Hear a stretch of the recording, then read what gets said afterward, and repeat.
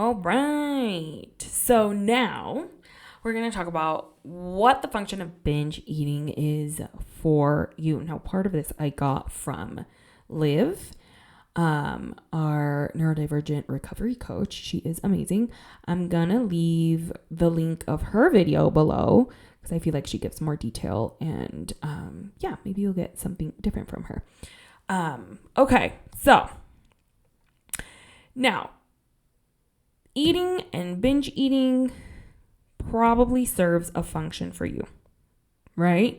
So if you're in a constant state of fight or flight, this can be your way of getting safety, control, predictability, right? When the world seems like a lot.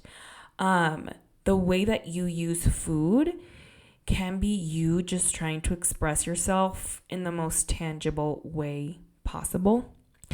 And it can just be your way of understanding yourself or understanding the world, right? Getting that predictability, getting that control, right? So we want to start to see for you what food serves you, not what food serves you, how food serves you, that function that it has for you. We want to use this as more data. Get curious, right? This isn't a right or wrong. This isn't a I shouldn't do this, I should do that. This is helping me in what way? What is this doing for me? Because it's okay. This has probably been your way of feeling safe in a world that feels chaotic. And I think that's pretty okay, right? That's your way of getting what you need, and there's no need to judge it. We just want to see what that is for you, okay? So it could be safety, control, predictability. It could be fulfilling some sensory needs. It could be stimming. So let's start to get curious as to what that is for you. Liv has 9 autistic types of binge eating.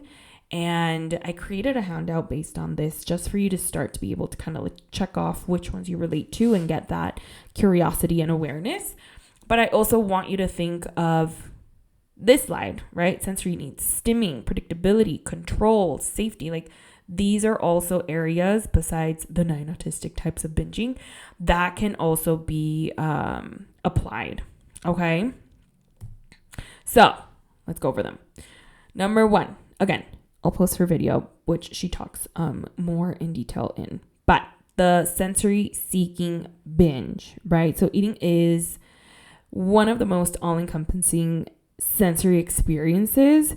So if you ever feel like you are lacking stimulation or you're needing to release stimulation, right? Maybe you're in sensory overload, food can really be amazing for that. I always say food is great. Like food has probably been helping you for so long. It's just that right now, you're like, wait, I want to get more information on this to see how I can manage this and how I want to continue to use it or not use it. Okay, the hyperactive binge. So when it comes to triggering your internal senses, food has a major impact on your nervous system. So when you're feeling hyperactive, jumpy, or in a state of fight or flight, food can be soothing and kind of help you feel grounded in that moment. So it could be that you learn to use food to ground when you're in that state. The black and white binge. So if you're very rigid with rules, the all or nothing thinking, and you get to a point where you feel like you messed up this perfect diet, the healthy diet, you go into the efforts and you say, screw it, I'm just going to keep going. I'm just going to eat it all. I'm going to keep binging on this. So this is when black and white thinking triggers binging. The make sense binge. So when food feels like it has to make sense to you, it has to look perfectly, it has to feel right. When it doesn't, it can make you continue to try and make it feel right, feel perfect, look perfect, because sometimes that interoceptive awareness is difficult, you continue to eat and eat and eat because it doesn't feel right, until it feels right, or until you finish whatever you're eating. Then the analysis paralysis binge. When you have too many options as to what to eat, you get overwhelmed and you say, okay, I'm just going to eat everything because this is too hard to choose.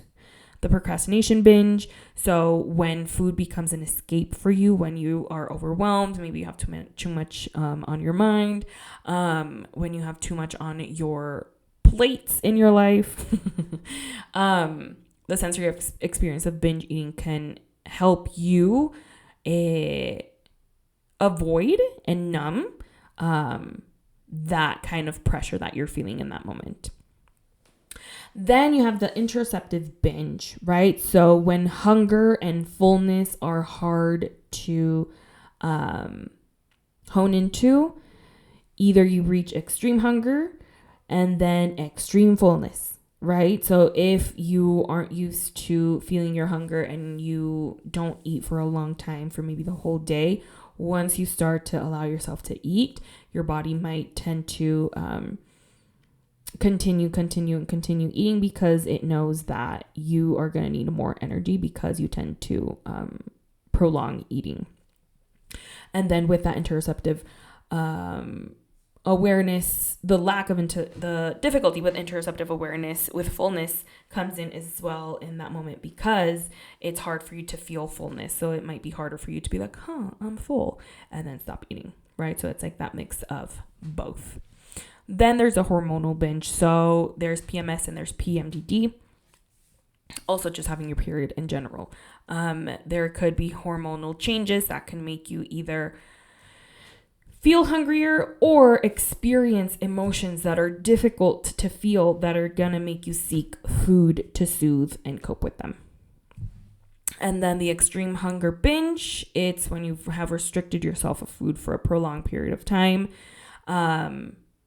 Then your body builds that like deficit and is sending you those hunger signals of like, girl, you need to eat, because we're really, really, really hungry, like we mentioned in the beginning of the program.